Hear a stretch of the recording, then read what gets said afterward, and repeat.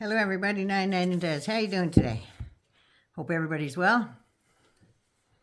Just want to talk to you a little bit about Donald Trump going on about his test for memory and stuff like that he keeps going on about. It's actually called the Montreal Cognitive Assessment Test, and you can check it out online if you want. It's kind of hard to find. You have to go to all these medical sites, but I finally found one.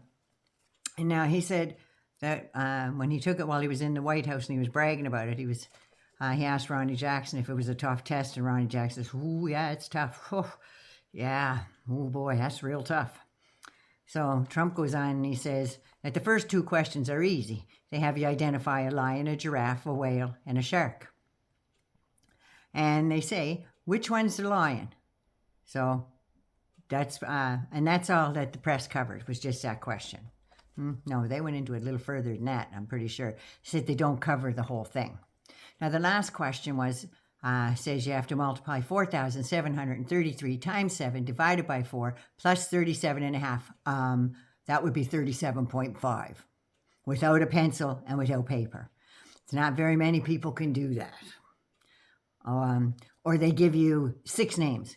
I took a lot of heat on this when they give you 6 names, and it was a chair, a hat, a badge, a necklace, and a vote. Yeah, those things. Well, we're going to give you those things, and I say, good, what's going on?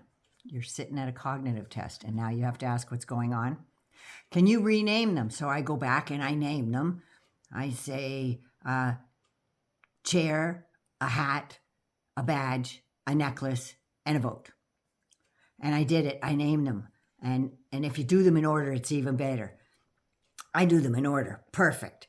Then they come back to you 30 minutes later and they say, the last question, what were those 6 things? There aren't too many people can do that. But everybody laughed at me and saying that it was so easy, but really, only 2% of the people can pass that test. That's right. But I did it very easily, and I got mocked, and they were saying it was so easy. It's not easy. It's not easy. Why don't you go home and try it, okay? Well, what the Montreal Cognitive Test actually is, first of all, is to detect cognitive ability. It also helps determine the early onset of Alzheimer's and dementia and stuff. They use it in head injury and stroke victims and stuff like that. And it assesses attention span, concentration, executive function, memory, language, visio-constructional things. You got to draw a couple things on there.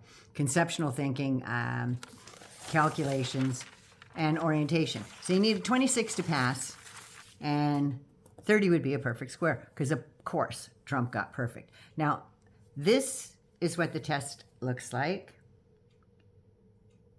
This is it. And then there's a little bit more here. This is it. So I'm going to read from this test. Like the first one is for visuospatial executive thing, and it's out of 4 points. And first of all, you have to, there's letters and numbers, and they have a little example on there. It says begin. There's 1 and there's a line to A. So that means you take that line, you go from 2B, then 3C, 4D, 5E. That's the first part. And the second part is you have to draw a clock with the hands on it and the numbers on it. And say they're going to tell you 10 past 11. Okay? So we do that. And then the next part is his favorite, the animals, right? And as you can see, we have a lion, a rhinoceros, and a camel.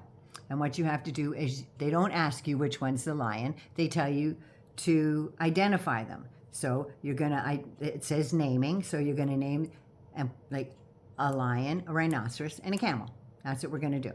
So then the next one is memory, and this is where his words come in. And the list on the test says face, velvet, church, daisy, red. So that's the first try. You have to do it twice. So now you have to pay attention here.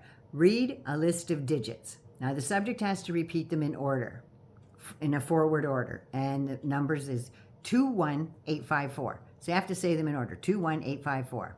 And the second one has to be repeated in the backward order. The second one is 742, so you have to repeat 247. Okay?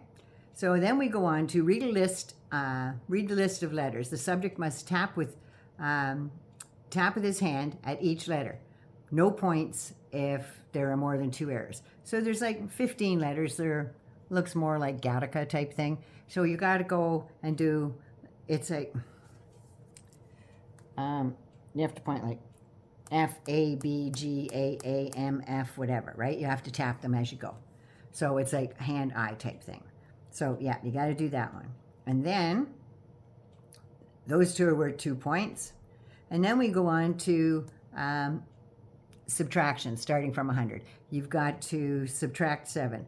4 or 5 correct responses is 3 points. So they give you some leeway there. But anyway, so from 100, subtract 7 is 93, blah, blah, blah. And you have to do 5 of them, like 5 numbers, like 93, 86, 79. Yeah, you get it. All right, then comes language. You have to repeat. I only know that John is the one to help today. Repeat that. And then the second one is repeat. The cat always hid under the couch when the dogs were in the room. 2 points. So then we go to fluency. Name maximum number of words in 1 minute that start with F. I can think of all. Most of them are curses. Just saying. Then for attention, similarity between things like an orange and an apple, fruit.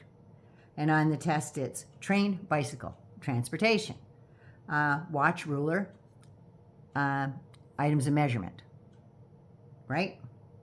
So then we get the delayed recall. He has to go back to his words again. Face, velvet, church, daisy, red.